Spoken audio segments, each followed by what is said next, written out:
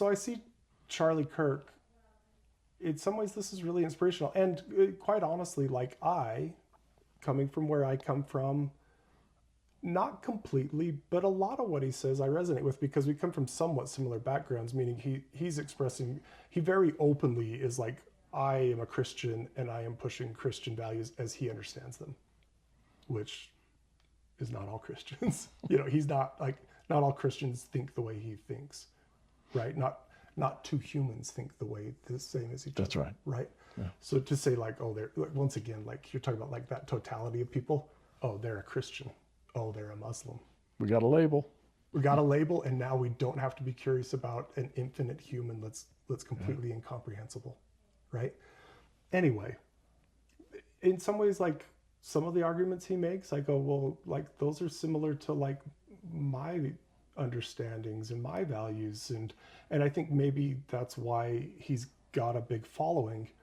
But I still am just endlessly fascinated about the family member that thinks he deserved to die because he was so evil and he was a hate-filled person that spread hate. And not noticing my own hate in that. Yeah, right? But being curious about that because also, you know what, Chris? I know this person, and when I interact with him face to face, he's kind. And I can see him trying to be a good person and do good in the world. Yeah. And yet, that same kind person that I've looked in the eyes of put this thing on social media that said this person deserved to die. Wow. Right? That's confusing to me. Yeah. Right? Who are we to make that judgment?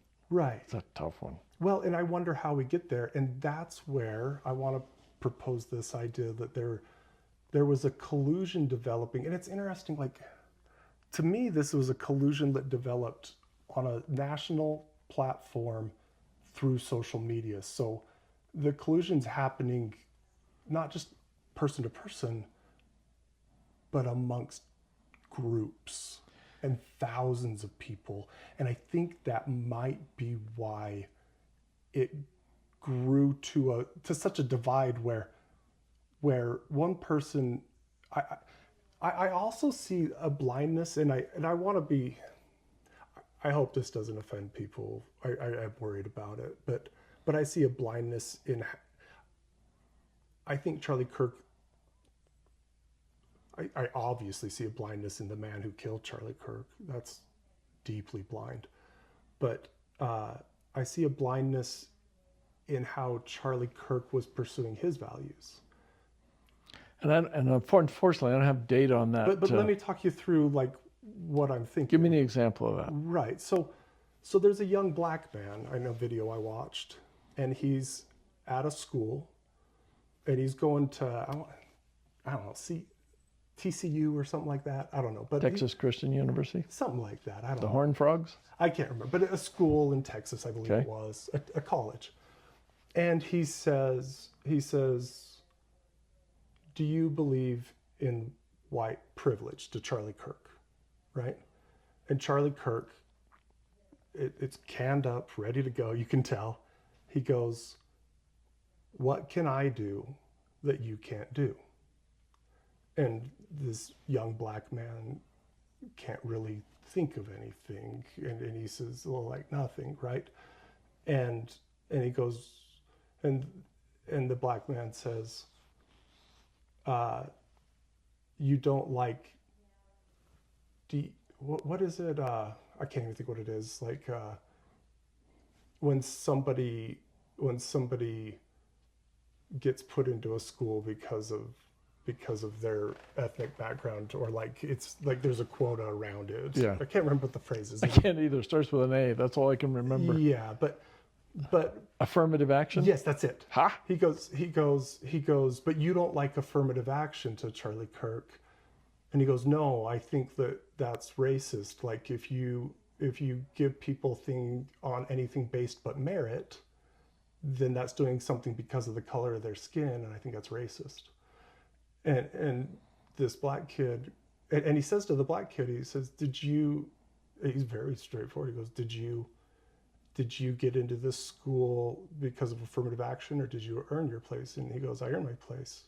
And he goes, good, good. You deserve to be here. Good for you. Like Charlie Kirk says, good for you. Yeah. Right. But this young man, he's carrying a weight and a perception of the world that him and his entire culture have been wronged. And does he have evidence to that? Good gracious. Good gracious, right? Mm-hmm. And Charlie Kirk says, okay, that was 60 years ago. What about you now? How have you been wronged, right? So there's these arguments, and like some of what Charlie Kirk, I mean, this young man couldn't come up with the response on the moment. Like Charlie was, to me, it very much seemed that he was besting him. He was besting him in a debate, right? But there's no curiosity about why this is painful for this young man, about why he goes, no, I think my people deserve a leg up in America. And you know what I mean? Or at least let's make it fair, the competition fair or something. Well, and there's just, whether it's racism or sexism, those are two ways of totalizing the other. Well, and it's this idea that if I can out-logic you or best you in a debate, then that will serve us. As proof of right. We're right and you've got it wrong. And you just ought to stop whining. And I think that's where I see this collusion where people see that and they go, because that young man had a real pain. He felt wronged. He felt like not only him, but his entire race was not seen as equal. And he was asking somebody to acknowledge that. And part of that acknowledgement in his mind, and I don't know that I'd have to really think about whether I agree with this or not, but for him it was by saying, hey, let's give more Black people opportunities, even if they don't have the same testing scores. That was an acknowledgement of like the way he experienced something that I think he has a lot of evidence for. You know what I mean? Yeah. And having just visited the African American Museum in DC. Right. Little haunting place. Yeah. Yeah. I mean, we just talked about that awful story of that man that was threatened to be hung. I mean, yeah. He has a lot of evidence. Yeah. Right.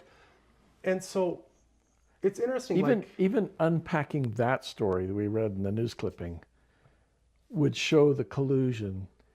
Because so often when we would teach at Arbinger about a collusion, we'd point out, we'd tell a story between two people. Yes. As if it were limited to two people. Right, but oftentimes it's cultures, societies. In companies, it's department against department. They Sure. silo up. The salespeople oversell, and the developers can't produce, exactly what the salespeople are selling, et cetera, in the software companies. So they can be at that level. It can be cultural. It can be religions. Those collusions, it's like we want to be part of something, but we often, in order to be part of something, we have to be against something. Yeah, yeah. And so we define ourselves by not being like them. In gangs, what happens, if I'm in this gang and you're in that gang, and I'm trying to leave my gang and get out of it because I think this is crazy, I got to go do something else, where does my gang think the only place I can go in the world? And that's over to your gang. So they either beat me up or kill me. There's very strict rules about how you can get out of a gang, and sometimes those are very violent. So you have this collusions, I think, are at a very huge scale. For example, I think there's one in our profession. Oh, yeah. One of the collusions in our profession is the current theories, ideas about emotions, and that that's all accepted. Everybody just knows that's the way it is. And there's very few people questioning it. You have a Carol Tavris, you've got a couple of, Terry Warner and some others who've asked questions about that, but they're very quickly silenced, and their works aren't published in those journals. That's not the common paradigm, and we can't accept new science that conflicts with our own, as we talked about with Thomas Kuhn's. Thomas Kuhn's point of view. So we often are tribal. We're often, I got to have a group that accepts me and approves of me. When you start to see all those dynamics, it's a bit crazy. And I love that you always bring it back to curiosity. There wasn't curiosity in that. It wasn't a, tell me more about that. And do you see, and all of a sudden, my relative that had all that hate in his heart, but when I interact with him, I go, this is a kind person trying to be a good person. Yeah. That's who I experience, like face to face with them. You read that post, you're like, holy cow, it's jarring. It was jarring for me. Yeah. And obviously, this kid that took that shot, the young black man, I just kind of talked through like the video. Do you think he left there feeling that Charlie Kirk saw him, and that Charlie Kirk's view of the world is accurate? No. I would think he walked away shaking his head. Did anybody shift closer to each other? Oh, very good question. Right? Well, within the close ranks, you know that phrase. Yes. Within the collusion, they close ranks. And now we can whisper and talk about him and nod our head knowingly. I'm so sick of these people. I think people get such a dopamine hit when they have evidence of their rightness. I do. Yeah. And so you got these 2,000 kids that are kind of like, they experience the world, and their background opens them up to be receptive to the way that Charlie Kirk sees the world. And what I see is, I see it going both directions, and this is a collusion. I see Charlie Kirk looking at elements of the left and saying they're wrong. In fact, they're wrong in a way that's dangerous and hurtful. And I'm going to fight that by being smarter and out debating and arguing with people, right? And I think that really serves everybody that agrees with him. Like everybody that goes, yeah, you're right. They are wrong, and this is the way to think, and those guys are dangerous. That's one possibility. But think about this also, that it fits their thinking, so they like that. Right. But I'm asking the question, why would that appeal to them? Why would they need someone to make the argument for them? Why? Well, I think of the age of these kids, we talk about brain development and that sort of thing, but why would I must feel marginalized in order to have him be a champion of what? What's he a champion of? I went to, there's a memorial site at UVU. UVU. Yeah, and a lot of flowers, and a lot of people made little postcards and stuff. And most of them I thought were very, this guy was a father and a husband. And he was, even if the way he was pursuing his values objectified certain populations, right? But it's still a human being, and he has rights because of that. And that's what our country stands for. And wouldn't it have been nice if he had time to learn? He kind of reminds me of like Saul and Paul, like from the Bible. Oh, yeah. Like Saul went about fighting God, essentially. But he did that because he thought that's what was right to do. And he was actually very good at it because he was a very driven, moral man. But when he realized that he was in the wrong... 6 words undid that man. Saul, Saul, why persecutest thou me? Right. Oh, wait. I was in the wrong. But he was open to that. Right. And Charlie Kirk... Well, I think about my own life. How open am I been?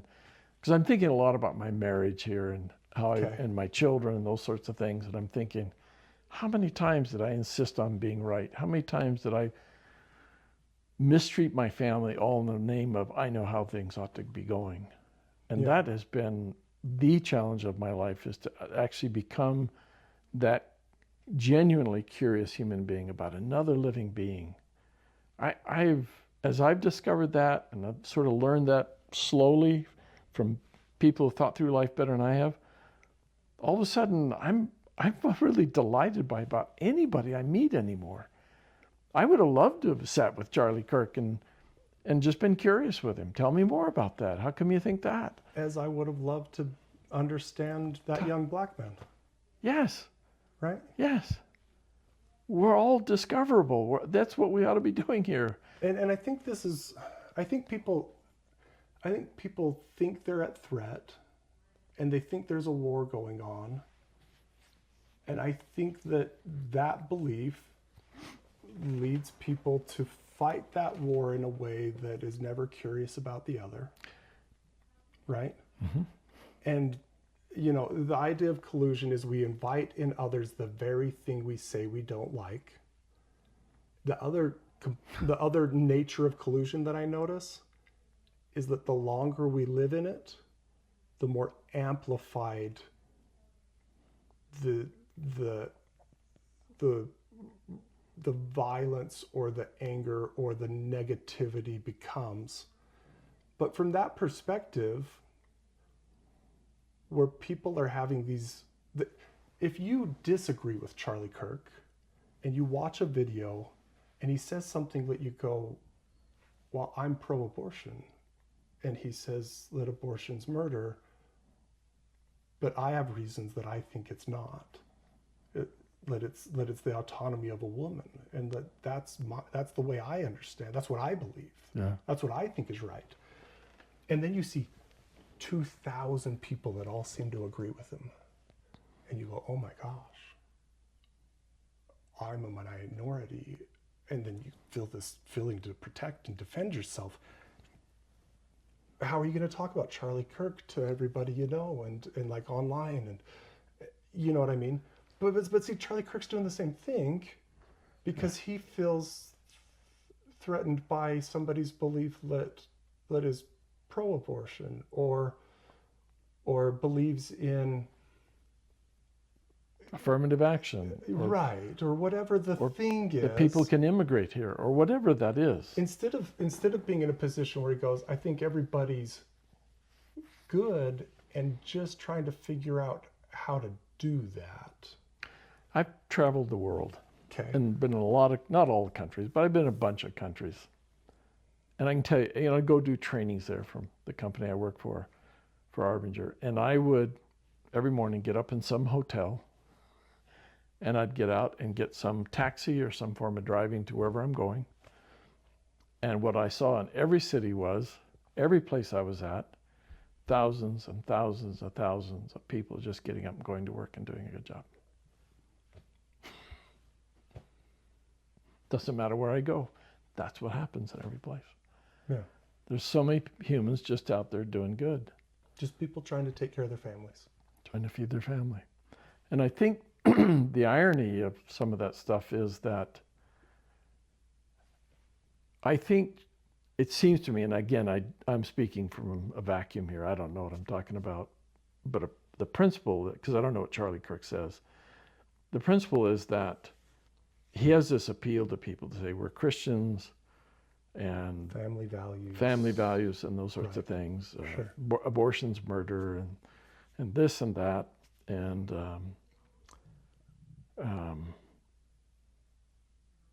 why is that appealing? Well, because the very people he's talking to, those who are appealed to that, feel marginalized, feel victimized, feel taken advantage of. So how come, now I'm not troubled by them feeling that, but shouldn't that spark some interest in the other people having a similar kind of experience, that they feel marginalized, that they feel ignored, not seen? Yeah, and that's the thing that I find really fascinating is I think that both Charlie Kirk and the man who shot him, in a way, were struggling and failing in the same way, because they both felt like they were in a fight and that the other was wrong and that they needed to correct that, but they never, they struggled to question whether the other person might be more like them than they realize. Why can't we find common ground?